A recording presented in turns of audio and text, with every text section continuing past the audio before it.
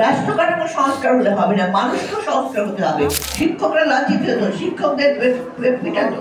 তোমরা কাজ শেষ হয়েছে, তোমরা এখন ফিরে যাও, ফিরে গিয়ে লেখাপড়া শেখো। তোমরাই আসবে আগামী দিনের এদেশের পরিচালক, এদেশকে তোমরা গড়ে তুলবে।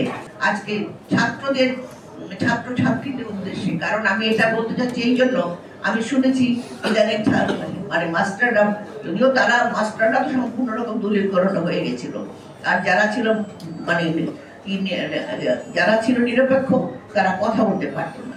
তো মাস্টারদের সম্মান করে না, যখন যেখানে সেখানে আজকাল নেমে পড়ে। তোমরা কাজ শেষ হয়েছে, তোমরা এখন ফিরে যাও, ফিরে গিয়ে লেখাপড়া শেখো।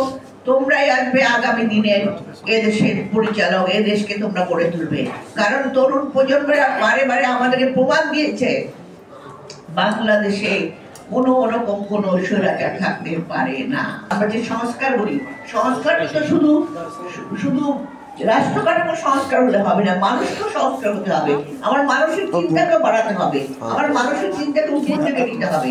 আমরা দেশকে ভালোবাসবো, দেশপ্রেমিক শক্তি আপনাদের হাতে আপনারা তৈরি করছেন।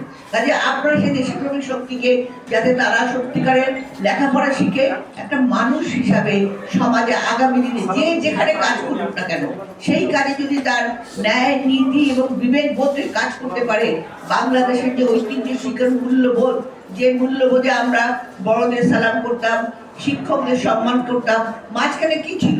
আপনারা শিক্ষকরা লাঞ্ছিত হতো, শিক্ষকদের পিটাতো ছাত্রলীগ বলে, সেই সন্ত্রাসী দলবাজি। মানুষের কোনো ইয়ে ছিল না, যাকে যখন পেত সেখানেই হয়তো মেরে ফেলত। কিন্তু শিক্ষকদের মর্যাদা দেওয়া, শিক্ষক যে আমার গুরু, বিশেষ করে প্রাথমিক শিক্ষা হলো সবচেয়ে বড় প্রথম যে মানদণ্ডটা।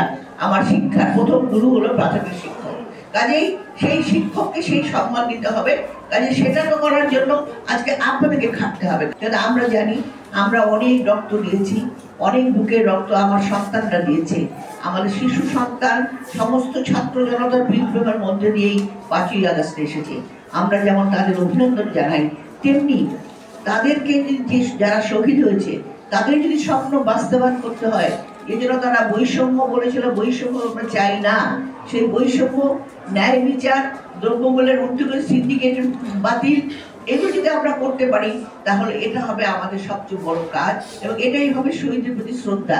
আমরা আশা করব আমাদের যে কাজটা সবাই যদি আমরা যার যার কাজ শেষ করি, নিজেরা আপনাদের যে কাজ, আপনাদের প্রধান কাজ, আপনারা বাংলাদেশের শিশু সন্তানদের আপনারা বাঁচান, আপনারাই বাঁচাতে। আর আপনাদের যে দাবির কথা বললেন, আপনি জানেন যেখানে শহীদ জিয়া, যেখানে বেগম জিয়া এবং যেখানে তারেক রহমান সাহেব বলেছেন যে আমরা আপনাদেরকে দেব। কাজেই আমরা যদি মানে নির্বাচনের মধ্যে, যদি এই সরকার নির্বাচন দিতে নানা রকম ষড়যন্ত্র চলছে, তার মধ্যে নির্বাচন যদি জনগণের সরকার আসতে পারে এবং আপনারা ঘরে ঘরে কাজ করবেন, জনগণের এই সরকার যাতে প্রতিষ্ঠিত হয়, ভোটের অধিকার, সেটার জন্য আপনারা কথা বলবেন। এবং সেই জন্য যদি জাতীয় নির্বাচনের মাধ্যমে আমরা আসি, ইনশাআল্লাহ আপনাদের দিন আবার ফিরবে এবং আপনাদের যে মামলা আপনাদের দশম গ্রেডে উন্নীত করার যেটা আপনারা বলেছেন সেটাও হবে ইনশাআল্লাহ।